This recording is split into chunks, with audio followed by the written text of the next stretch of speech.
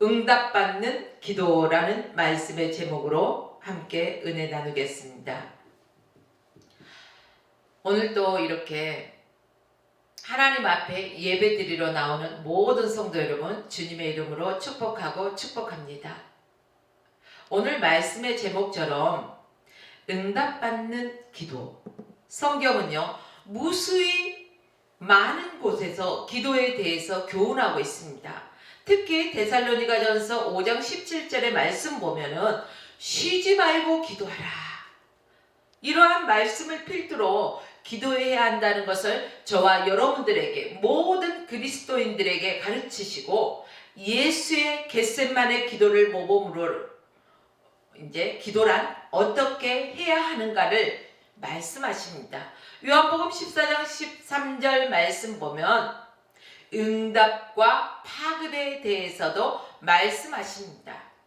너희가 내 이름으로 무엇을 구하든지 내가 시행하리니 이는 아버지로 하여금 아들을 인하여 영광을 얻으시게 하려 함이니라. 아멘. 그렇습니다.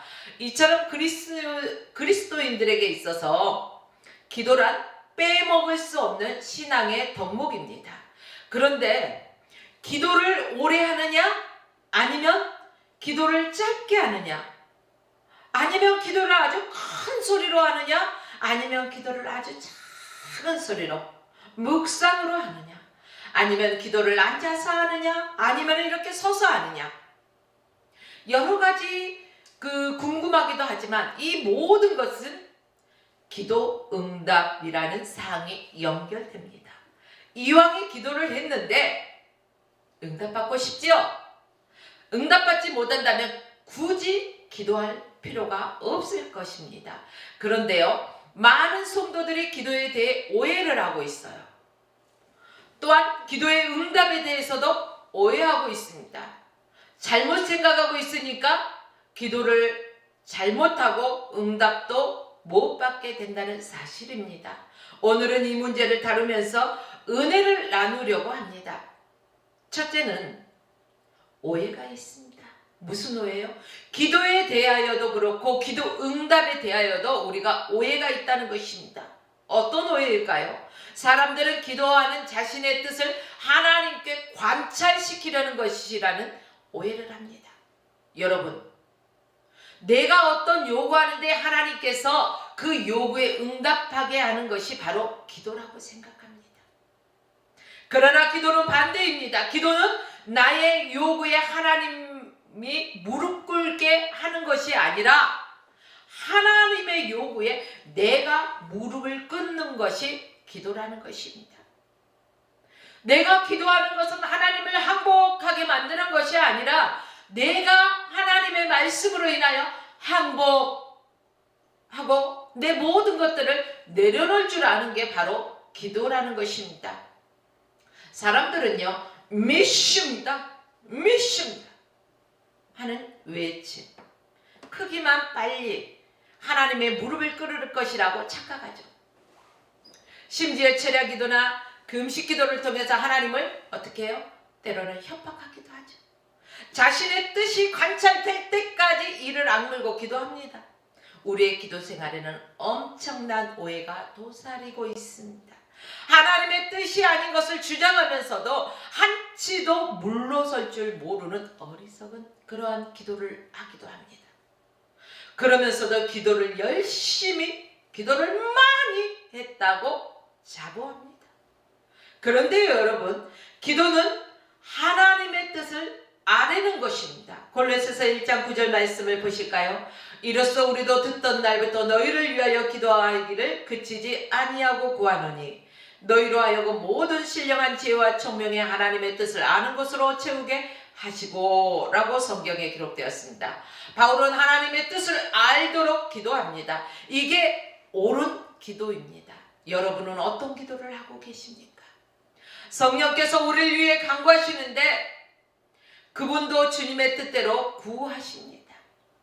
로마서 8장 28절 말씀 보십시오. 마음을 감찰하시는 이가 성령의 생각을 아시나니 이는 성령이 하나님의 뜻대로 성도를 위하여 간구하심이라. 성령이요? 누구의 뜻대로예요?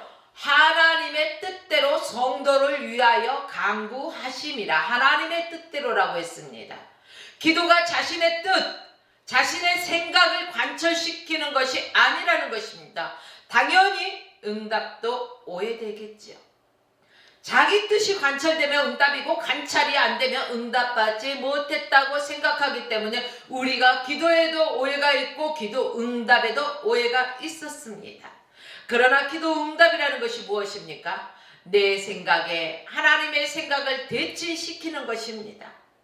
내 생각을 포기하고 하나님의 뜻을 받아들이는 것이 바로 기도라는 것입니다. 어떤 기도? 응답받는 기도라는 것입니다. 예수님이 그 기도의 모본을 보여주셨습니다. 오늘 말씀의 제목처럼 기도 응답의 그 본을 보여주신 분이 바로 예수님이십니다. 누가복음 22장 42절 말씀 보십시오. 가라사대 아버지여 만일 아버지의 뜻이거든 이 잔을 내게서 옮기시옵소서. 아버지의 뜻이거든. 그러나 내 온대로 마옵시고 아버지의 온대로 되기를 원하나이다 하시니. 기도와 응답에 대한 오해를 먼저 풀어야 한다는 것입니다. 그럼 또 소경이 보기를 원한다고 할 때 그 소경의 눈 뜨게 해주시는 것은 무엇이냐? 이렇게 말씀하실 수도 있겠죠. 그것은 하나님의 생각과 소경의 생각이 같았기 때문에 생각이 같을 때는 그대로 이루어진다는 것입니다. 그래서 내 뜻을 관철시키려고 하지 마시고 하나님의 뜻을 우리가 따라갈 줄 아는 그러한 기도를 해요. 하나님의 뜻이 내 안에서 이루어지기를 위한 그런 기도를 해야 된다는 것입니다.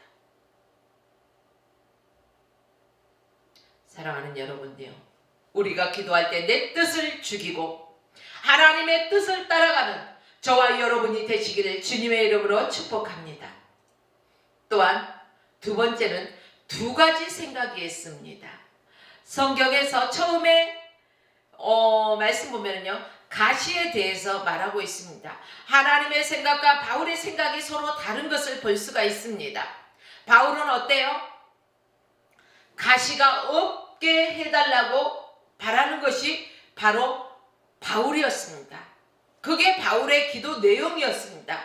그런데 하나님은 어떻습니까? 하나님의 생각은 가시가 그대로 있어야 한다는 생각이 하나님의 생각이었습니다. 그래서 바울의 가시가 어때요? 제거됐나요? 아니요. 그대로 있었습니다. 대부분의 사람들은 이 부분의 사람들은요, 자신의 생각을 버리지 못합니다. 그러나 바울은 자신의 생각을 버렸습니다. 본문 7절 말씀에 사도 바울은 이렇습니다.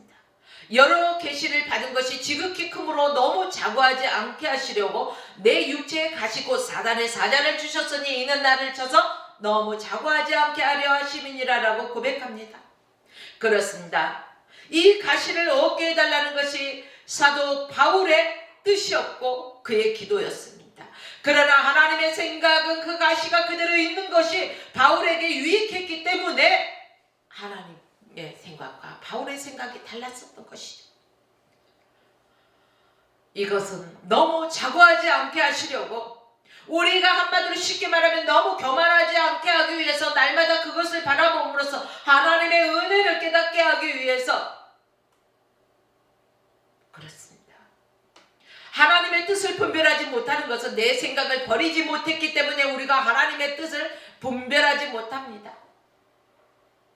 그러나 바울은 자신의 생각을 어때요? 자신의 뜻을 완전히 버렸습니다. 자신의 생각을 버리고 나니 그의 마음이 어땠습니까? 기쁨이 있었다는 것입니다. 본문 9절 말씀 보십시오. 내게 이르시기를 내 은혜가 내게 족하도다. 이는 내 능력이 약한 데서 온전하여 짐이니라 하시니라. 이러므로 도리어 크게 기뻐함으로 나의 여러 약한 것들에 대하여 자랑하노니 이는 그리스도의 능력으로 내게 머물게 하려 함이라 라고 표현하고 있습니다. 그 전에는 그 가시가 부끄러웠고 그 가시 때문에 항상 항상 짐이었습니다. 그러나 하나님의 뜻이라는 것을 알고 그것을 인정하고 나니까 내 은혜가 내게 족하구나. 그래, 하나님의 뜻이니까 이 약한 것 때문에 하나님께서 나를 들어서시고, 이 약한 것 때문에 내가 더 하나님께 가까이 나가고, 이 약한 것 때문에 내가 하나님 앞에 더 엎드려서 이 약한 것 때문에 하나님의 온전하신 뜻대로 이루어지기를 나는 더욱더 기뻐함으로 나는 오히려 도리어 어떻게 한다고요?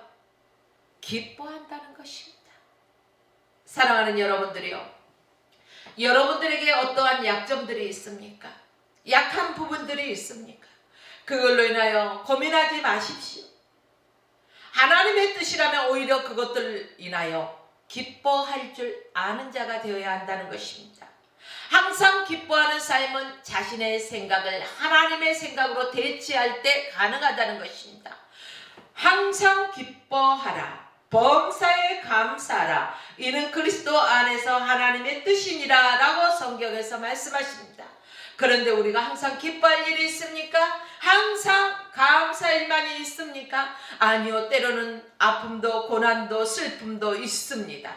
그 상황 속에서도 우리는 기뻐하고 감사하라는 것입니다. 이 상황을 바라봤을 때는 나는 기뻐할 수도 없었고 원망할 수밖에, 주저앉을 수밖에, 좌절할 수밖에 없는 상황이라 할지라도 하나님의 뜻이 아니기 때문에 우리는 그러한 절망과 좌절을 버리고 내 눈에 보여지는 환경들을 버리고 하나님의 뜻 안에서 우리는 성령 안에서 기뻐할 줄 알아야 된다는 것입니다. 감사할 줄 알아야 된다는 것입니다. 바울이 바로 하나님의 뜻을 인정하고 자기의 뜻을 내려놓으니까 어때요? 그가 기뻐할 수 있었습니다. 그 가시라고 생각했던 것 때문에 더 하나님과 가까워질 수가 있었습니다. 우리의 환경에 어떠한 문제가 있습니까? 어떠한 상황 속에 있다 할지라도 그 상황을 너머에 있는 더 크신 하나님을 바라보시고 우리가 기뻐할 줄 알아야 됩니다. 하나님은 누구에게든지 감당할 수 있는 시험만 주신다고 하셨습니다. 그러므로 사랑하는 여러분들이요, 주 안에서 기뻐하십시오. 내 뜻을 포기할 때 이 기쁨도 감사도 가능하다는 것입니다. 만약 바울이 계속 자신의 생각을 고집했다면 응답은커녕 하나님을 무시하는 그러한 형태였을 것입니다. 하나님과 전쟁 중이었을 것입니다. 그 전쟁에서 이길 수 없는 전쟁이라는 것입니다. 똑같은 상황에서도 자신의 뜻을 관찰시킨 사람이 있습니다. 누굴까요? 여러분들이 너무너무 잘 아시는 아담과 하와입니다. 에덴 동산에는 수많은 그 과일들이 있지만 하나님께서 말씀하셨습니다. 동산 중앙에 있는 선과 악을 알게 하는 그 나무의 실과는 먹지 말라고 하셨습니다. 먹는 날에는 정령 죽으리라, 이렇게 말씀하셨습니다. 그런데 어떻습니까? 사단은 어떻습니까? 나 먹어. 먹으면은 어때? 살아나. 내 눈이 밝아져. 하나님같이 돼. 이러한 사단의 소리를 듣게 됩니다. 사랑하는 여러분들이요, 두 가지의 문제 앞에 항상 우리는 결단해야 한다는 것입니다. 내가 하나님의 말씀을 따르고 순종할 것인가, 내 뜻을 내려놓고 하나님의 말씀만 따를 것인가, 아니면 사단의 속삭임과 유혹과 미혹 속에서 내가 이끌려갈 것인가. 누구에게 있어요? 결정이? 내 자신에게 있다는 것입니다. 하나는 하나님의 생각입니다. 하나는 사단의 생각입니다. 그런데 안타깝게도 아담과 하와는 무엇을 택했어요? 사단과 같은 생각을 택했다는 것입니다. 바울을 보면은 그 가시로 인해서 하나님의 뜻을 하나님의 생각대로 따랐다는 것입니다. 그런데 아담과 하와는 사단의 생각을 따라갔다는 것입니다. 오늘 저와 여러분들도 매 순간순간 시시분분 초초마다 선택의 기로에 서 있을 것입니다. 내가 이것을 택할까, 이것을 택할까. 그때마다 우리는 생각해 봐야 합니다. 이것이 하나님이 원하시는 것인가? 이것이 하나님이 원하시는 것인가? 이것이 사단이 기뻐하는 건가? 우리는 하나님이 기뻐하는 하나님의 뜻을 따라가는 그러한 저와 여러분이 되어야 할 것입니다. 마지막 세 번째는 응답은 선택의 문제라는 것입니다. 하나님께서는 저와 여러분들에게 무엇을 주셨습니까? 자유의지를 주셨습니다. 그럼 자유의지란 무엇일까? 자유의지란 뭐예요? 하나님의 생각을 내가 따를 건지 아니면 사탄의 생각을 따를 건지 그것을 너 스스로 선택할 수 있는 권리를 주셨다는 것입니다. 그러므로 오늘날 저와 여러분들에게 하나님께서는 자유의지를 주셨습니다. 하나님의 생각대로 아멘으로 따르고 순종할 것인지 아니면 사단의 미혹한 대로 우리가 죄를 지으며 따라갈 것인지 여러분 어떤 선택하시겠습니까? 이것은 저와 여러분들에게 주신 권리입니다. 아담은 어떻습니까? 이 권리를 가지고 사단의 생각을 따랐습니다. 바로 죄의 길로 들어섰습니다. 반대로 바울은 어떻습니까? 이 권리로 하나님의 뜻에 따랐습니다. 하나님의 뜻대로 순종하며 나갔다는 것입니다. 아담은 누구의 편이 되었어요? 마귀의 편이 되었어요. 왜? 마귀의 생각대로 따라갔어요. 바울은 하나님의 편이 되었어요. 하나님의 뜻대로 따라갔다는 것입니다. 편이 된다는 것은 뭐예요? 같은 생각을 가진다는 거예요. 그래서 나와 같은 생각을 가지고 있는 사람들이 모이는 곳이 내 편. 나와 다른 생각을 가지고 있는 사람들은 내 편이 아니에요. 그래서 어떤 단체든지 마음을 같이 하고 뜻을 같이 하는 사람들이 모이는 것입니다. 같은 편먹기를 하는 거예요. 우리가 예수 그리스도를 믿는다는 것은 하나님의 편이 되었다는 거예요. 하나님의 자녀로서 하나님의 뜻대로 살아가겠다고 우리가 한 거예요. 선택한 거예요. 여러분 그렇다면 하나님의 말씀대로 매 순간순간 시시분분 처처마다 하나님의 뜻대로 순종하며 내 자신의 생각을 내려놓으시길 주의 이름으로 축복합니다. 우리는 매사야 하나님의 편이 될 것인지 마귀의 편이 될 것인지 선택의 기로에 설 때마다 어느 편을 선택해야 하느냐? 하나님의 편이 되기를 주의 이름으로 권면드립니다. 선택에 대한 책임은 누가 질까요? 내가 져야 돼요. 왜? 내가 선택해서 행한 거기 때문에 내가 선택한 대로 그 책임 또한 따른다는 것입니다. 아담과 하와는 마귀의 생각을 선택했고 그 책임으로 어땠어요? 에덴 동산에서 쫓겨났습니다. 그러나 하나님을 원망하지는 못합니다. 자신이 선택했기 때문에 우리가 어떤 일을 하던 간에 내가 선택한 것이 그 결과가 좋지 못하더라도 우리는 원망해서는 안 된다는 거예요. 왜? 내가 선택한 결과이기 때문에. 사랑하는 여러분들이요, 자신이 선택한 것에 대해서는 원망할 수가 없습니다. 그러나 자신이 선택을 안 했는데 책임만 따르면 원망하게 되어 있습니다. 하기 싫은 결혼을 예를 들어 중매로 하고 평생 원망하는 사람들도 여기에 해당되겠죠. 그러기에 선택을 잘해야 한다는 것입니다. 신앙이란 뭘까요? 여러분, 신앙이란 뭘까요? 신앙이란 한순간 매 순간 하나님의 생각을 선택하는 것이 바로 신앙이라는 것입니다. 그래서 복은 그 결과대로 주어지는 것입니다. 내가 그 신앙생활을 잘한다는 것은 뭐예요? 하나님의 생각을 늘 선택하고 하나님의 뜻대로 늘 따라가고 순종한다는 것이 신앙생활 잘하는 것입니다. 만약에 우리가 예수를 믿는다고 하면서도 마귀가 기뻐하는 그러한 일들을 선택하면은 어떻게 될까요?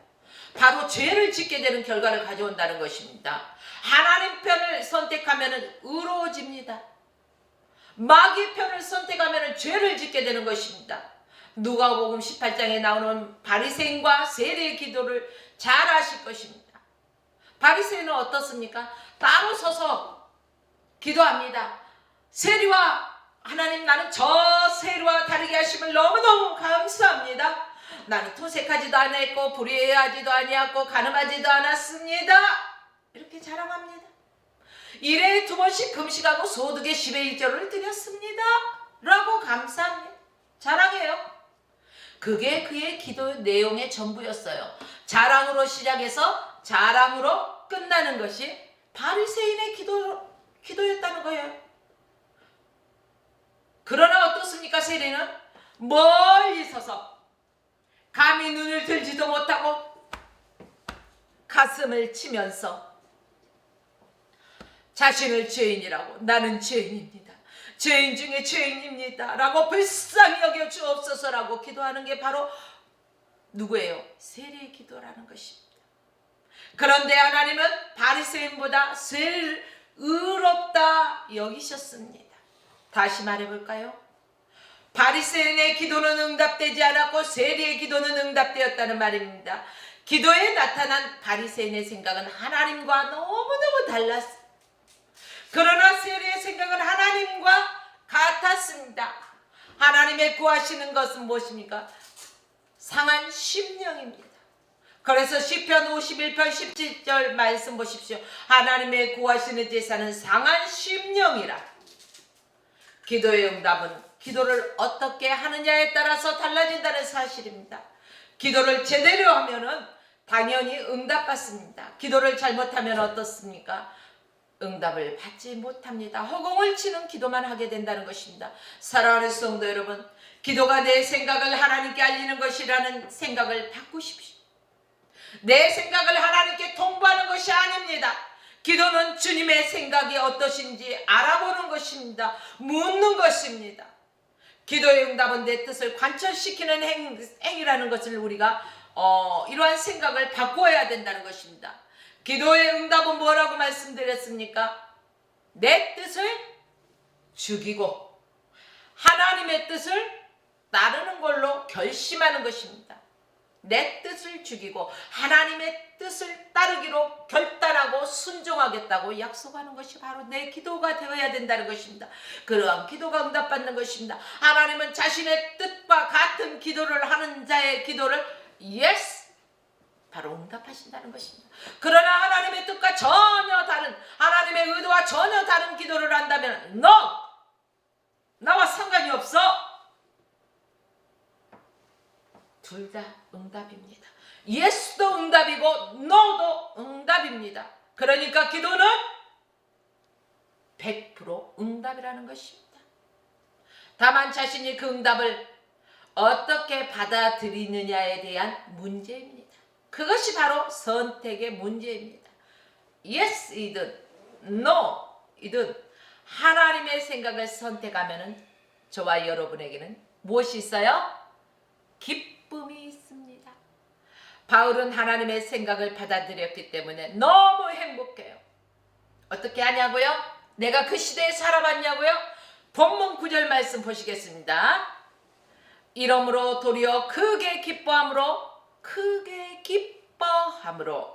나의 여러 약한 것들에 대하여 자랑하리니, 전에는요 나의 약한 것 때문에 내가 부끄러웠어요.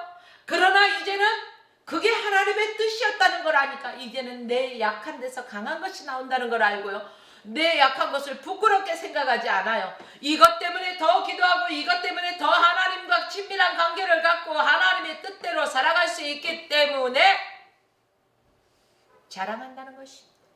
이는 그리스도의 능력으로 내게 머물게 하려 합니다. 다시 말해서 나의 약한 것들에 대하여 자랑한다는 것은 그리스도의 능력이 내게 머물게 하려 한다는 것입니다. 자신의 뜻, 즉 사단이 좋아하는 자신의 뜻을 선택하는 순간 불행해진다는 사실을 기억하십시오. 사랑하는 여러분들이요, 그러나 내 뜻을 내려놓고 하나님의 뜻을 선택하는 순간 우리는 기쁨이 샘솟듯 넘쳐난다. 이것을 기억하십시오. 아무튼 여러분, 성도 여러분 모두에게 주님의 응답에 대해 어떻게 하시던 간에 이제 선택은 누구의 몫? 저와 여러분 자기 자신의 몫이라는 것을 기억하시고 하나님의 뜻, 하나님의 기뻐하시는 선택을 하여서 다 기쁨으로 응답받는 성도 여러분 되시길 주의 이름으로 축원하며 말씀을 마칩니다. 하나님